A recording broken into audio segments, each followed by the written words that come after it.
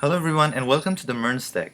In this video we will be creating an image zoomer which you see in a lot of e-commerce applications where you will have an image and you will use this lens element right here to move around and to navigate around this image, and the large zoomed output will be shown in this element right here. So we'll be using only vanilla JavaScript and it will be an exciting project. So let us get started with this. First, create a new folder in your desktop or wherever you like and name it image zoomer. Now open up the code editor and here load the folder. I saved it as image zoomer. You can use whatever name you like. And also for the purpose of this project we'll need an image. So make sure you download the image from the GitHub link of the source code, which I have put in the video description below. And now we'll create three basic files: index.html, style.css, and script.js. Okay?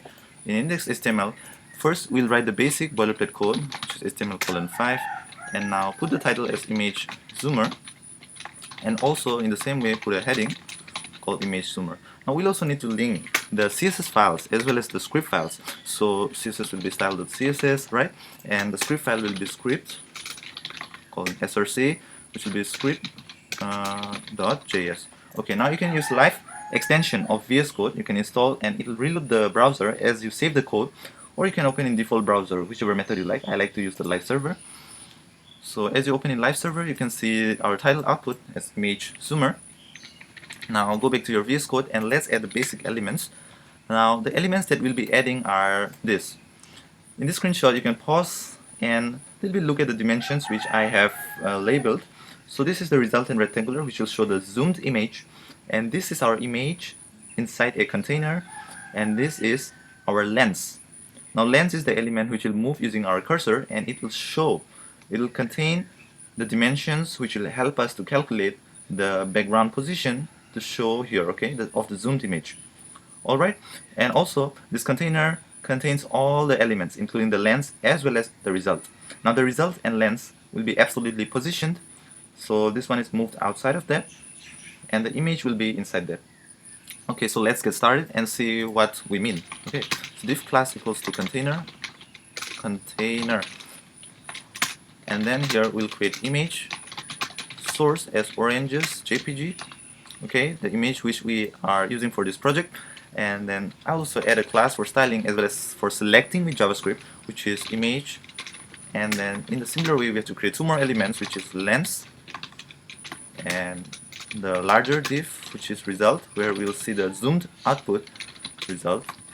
Okay, fine.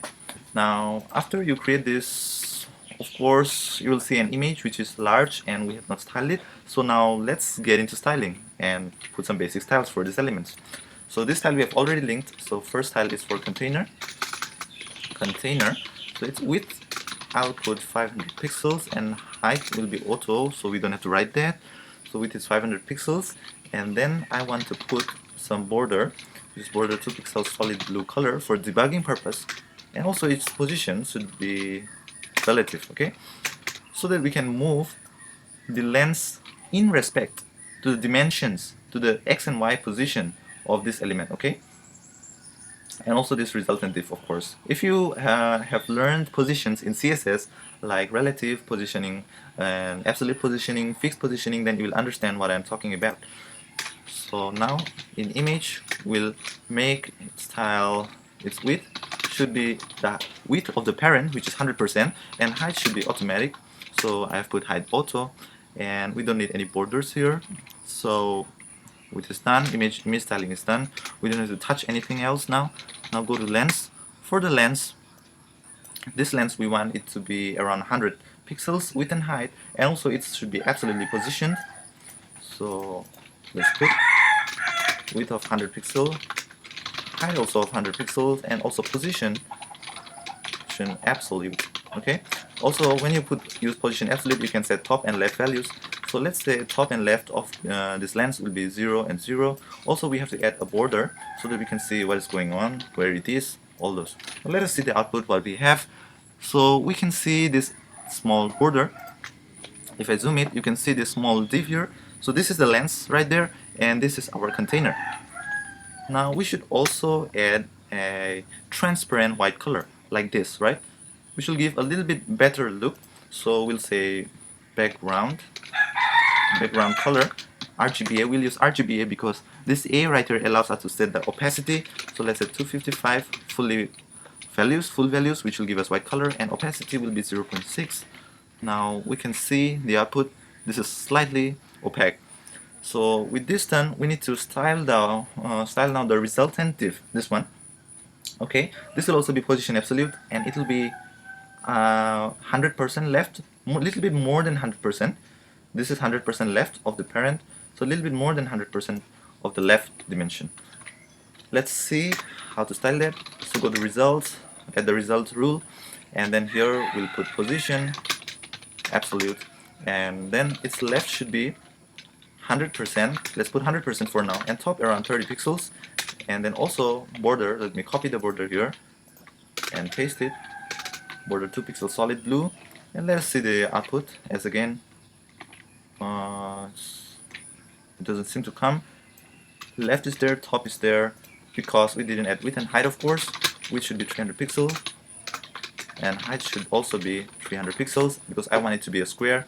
Now you can see that it is attached to it because its left is 100% of this parent. This is left 0 of container, that's why it is attached, since we added left 0 in the lens. Now if you add left 100%, which will put the 100% width of the parent, and it is attached to that. So we have to add a little bit more pixels here, a little bit gap. So we want to increase the left more than 100%. So we'll use a function called calc in CSS, which is inbuilt method, which help us to add or perform calculations.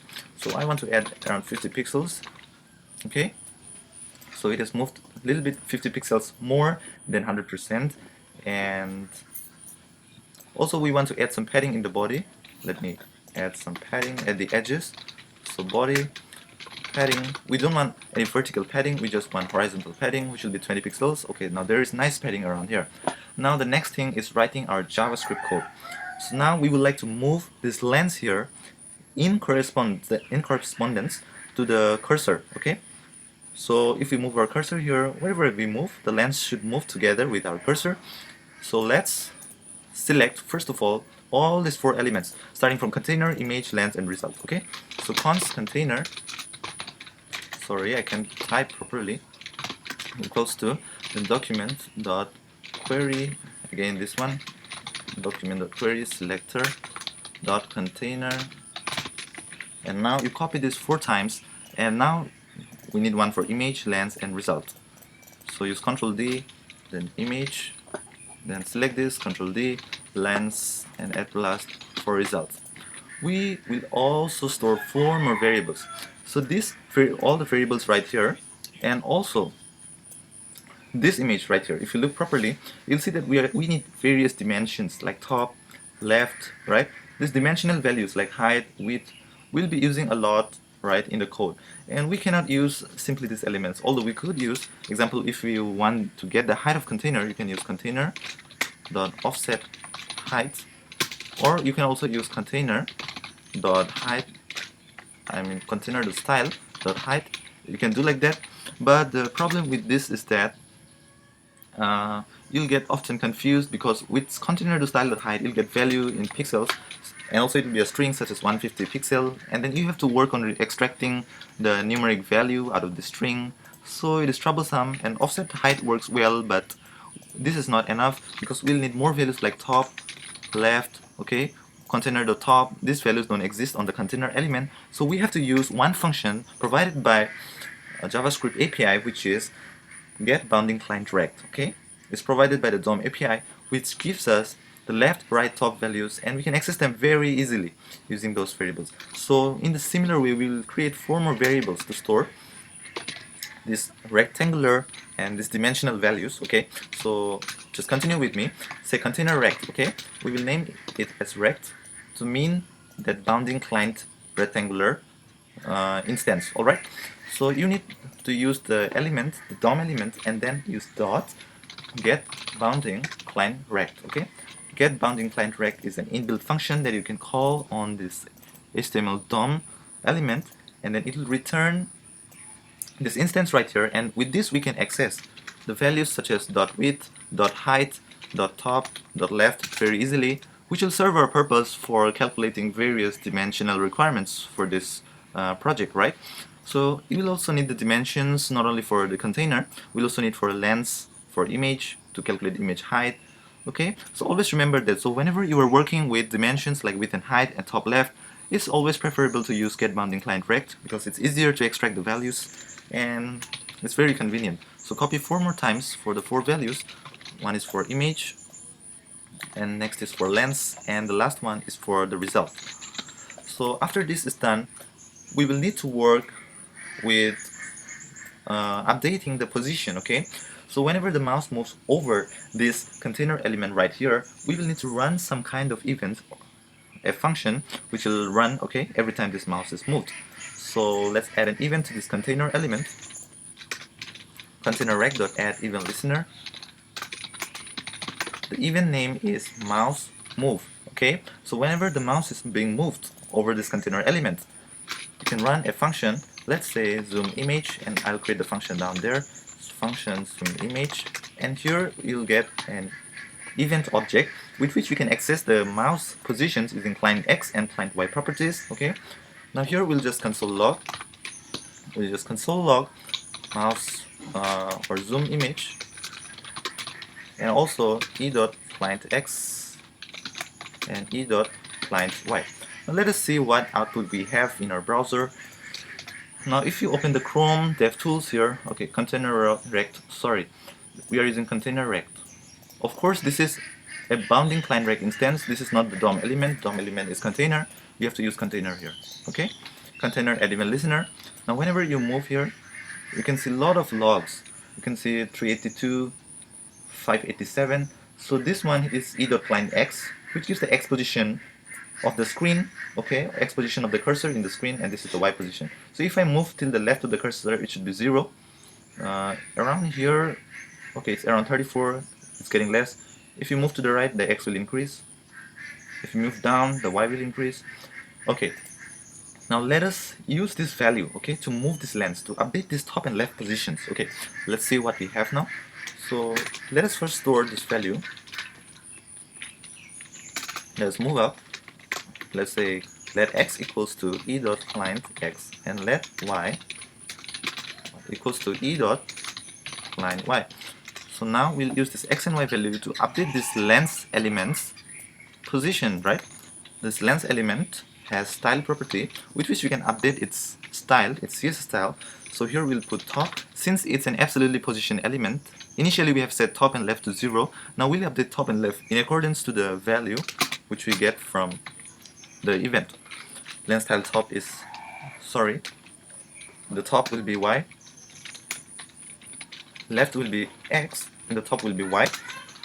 And also we have to add pixels because CSS expects pixels, you know, for positioning. It cannot be a single number. Now whenever you move this, here you will see that there is a difference. It's not exactly at the position of the cursor, position of the pointer, okay? It's below that. Now why is that occurring, okay? That is occurring because of the gap. Because of the gap that this container element is, okay? If you look at this dimension image and pause a bit, then you will see that e.clientX and e.clientY will return value of this entire screen right here, okay? But we want to move with respect to this element because this element, this container element right here is relatively positioned and 0x and 0y is right here. But e.clientX assumes that 0 is actually here, okay? So we have to get the difference here. So the x, if x is here, this should be 0. It should not be 0 when x is here because we cannot move our x here. Everything should happen here, okay? So whatever value of client x we have here, we have to subtract this with this container rect.left because this line here shows the difference, and this top here, container rect.top, it tells us how much value of pixels it is down from the top of the screen. So we have to subtract this top value and this left value from the client X and client Y cursor positions. You might be very confused, but if you think a little bit, then you will understand why this happens. So this thing, so we have to subtract this difference and also subtract this one, okay? And this is container rect top, this is container rect left. So simply if you put either client X minus, now where we have stored these container boundaries, we can easily use them to get the left and right values instead of using CSS properties like .style.left and then again extracting those values, which is very difficult. So similar way, it will be container rect.top. Now if you see the result, you'll see that it's perfectly positioned. Okay, now we have still one more problem. The thing is that we want it to be centered. We want the cursor, if you see the image here, we want the cursor to be centered right here. Okay, so we have to subtract the half of this lens width. Okay, since the cursor is currently right here at the corner, the top, we have to move this lens X position half number of times of this width, and also we need to move it half amount of its height. Okay, so if we move half amount left and half amount of the width above, then it should be centered. Okay, it's difficult to explain like that, but let's see what we get with our code output. So we have to subtract half more amounts so that it moves half more to the left.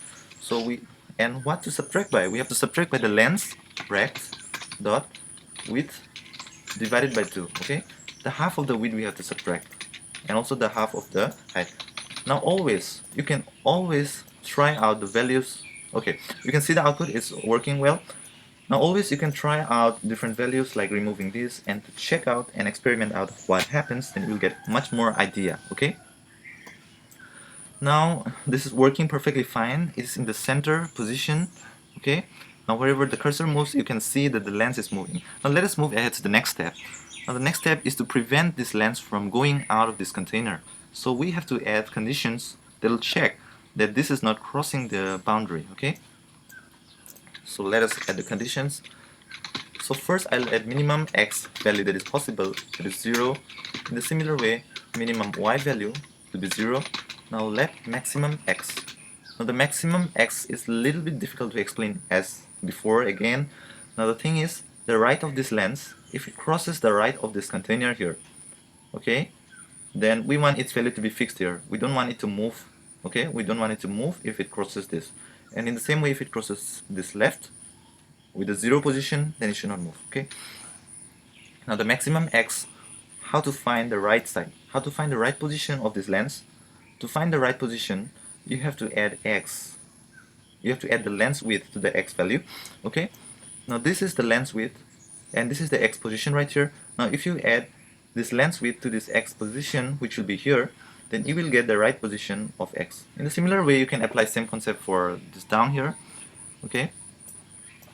So if we say maximum x equals to, or I can also say container rect dot width minus lens rect dot width. Okay. Now the concept is that since the left is at this position, from this container we want to subtract always the lens width. Okay, so that the x at this position, if it crosses, okay, whatever condition we put, then it should not work. Now let me show it to you. Okay, container rect.width and lens rect.width. This is the maximum x. Let's in the similar way put maximum y conditions, container rect height. Okay, and then here we have to add now if conditions. If x is less than minimum, less than equals to, I would rather put that, then x equals to min x, and else if x is greater than or equals to the maximum x, then we want to simply set the max x to maximum x, and we don't want it to change. In the similar way, first let us check. Okay, I have not saved the file. Now if you check, if it moves beyond that, it will not move, it will simply stay at x because the condition is being satisfied and the x is stuck here according to the condition which we put, x equals to minimum. Now if we try to go to the maximum, it will stay here. Okay, now we need to do the same for x and y, so just copy this right here and put here y, and here also change the maximum and minimum variable names. So now if y is less than this, okay, so it's not crossing now and it's perfectly centered and very good. If you have understood till now, whatever, you can pause this image always and look the different types of dimensions. And now let us work in bringing the image right here. Okay, so now we have to refactor our code a little bit. Okay, so first I'll create a function called get mouse position, And here I will extract the code. I'll copy up all of this code and paste here, and I'll return x and y. And also here we are using this event object here, so we have to pass this. We have to accept the parameter get x and y values, get mouse position, and pass the event object. Now let's see if it is working or not. Okay, it's still working as before. Now we need to set its background image as the same image in this image right here. So below this we'll say result. I hope you remember that result is the div where we have to show the zoom image. Okay, so result dot, you have to say style dot background image equals to, and here I'll use template strings URL. Here we want it to be the same as the image right here. Okay, so if you are doing dynamically for multiple images, then this code will dynamically update itself to whatever image is right here. Okay, so that's why we have to say image.src. Now if you save it, okay, this is done. Background image.src. Let's see if we have some error, as we cannot see the output right here. Okay, yes, you can see that the image has loaded and it's updated with the background image right here. Now we need to find out the factor of times this is larger than the length. Okay, we need to find out by what factor. Okay, this width of this result is larger than width of this length. And in a similar way, we also need to find out by what factor its height is larger than the height of the length. Okay, so for that we simply have to divide those values and store them in variables. Okay, so I will say let fx for factor x, let me put down here, that fx equals to the length rect. Always use this rect variable which we have created to get the dimensions such as width, height, top, and left. I have told that repeatedly. So length rect dot width. We need to divide this, okay, by, we need to divide result rect with, since result rect will always be larger than length rect, to get the number or the factor that is factor of times that is larger. So result width divided by length rect width. Same way to get the factor of y, to get its height that is larger. So you have to say result rect height divided by length rect height. Okay. Now with this done, we should be getting okay. We should be using this now. For that, we have to style the background position. Let us see. Okay, whenever you move the image, then the output comes. If you don't move the image, the output doesn't come, because we are setting the image right here after the mouse move occurs, right? So we can also extract this above if we always want this to happen. Okay, now this image should be scaled with respect to the factor, so we have to use this result element right here. Let's copy this down here and say result background size. Now background size can take two properties. Okay, first will mean width and the second will mean height. Let us use template strings, and the first value will be image rect dot width. Okay, times, okay, whatever image we have right here, we want to scale it with the number of factor which we created here, which is fx, and then here you put pixels, and then in the similar way you have to say image rect dot height times fy pixels. Now if you do that, we will see that this image right here in the result is exactly the position of this lens if you keep it at the top. Okay, if you keep it at the top, whatever the view that you can see with the lens, okay, this image is coming right here. Okay, whatever you can see here. So if we move the image, okay, also with this we can say that the proportion is adjusted properly. But now whenever we move the lens down or right, this image right here should also be able to move. So for that, okay, so for that we have to say result of style dot background position. Background position, let's put the position to be whatever x value we have times the factor, whatever x value we are using here times the factor and the pixel. In a similar way, whatever y we are using times the pixels. Okay, now whenever you move, you can see that there are some weird lines, and it seems that the image is repeating, so we have to add background repeat as no repeat in the result. Background repeat, no repeat. And now with that, we should see that if we keep here, everything is fine. But if you move to the right, the image also moves right. Or if you move to the down, image also moves down. So we need to invert the logic. If you move right, the image should move towards left. If you move down, image should move upwards, so that we can see whatever content is down there. Okay? So we have to simply add negative sign in front of the background position, okay?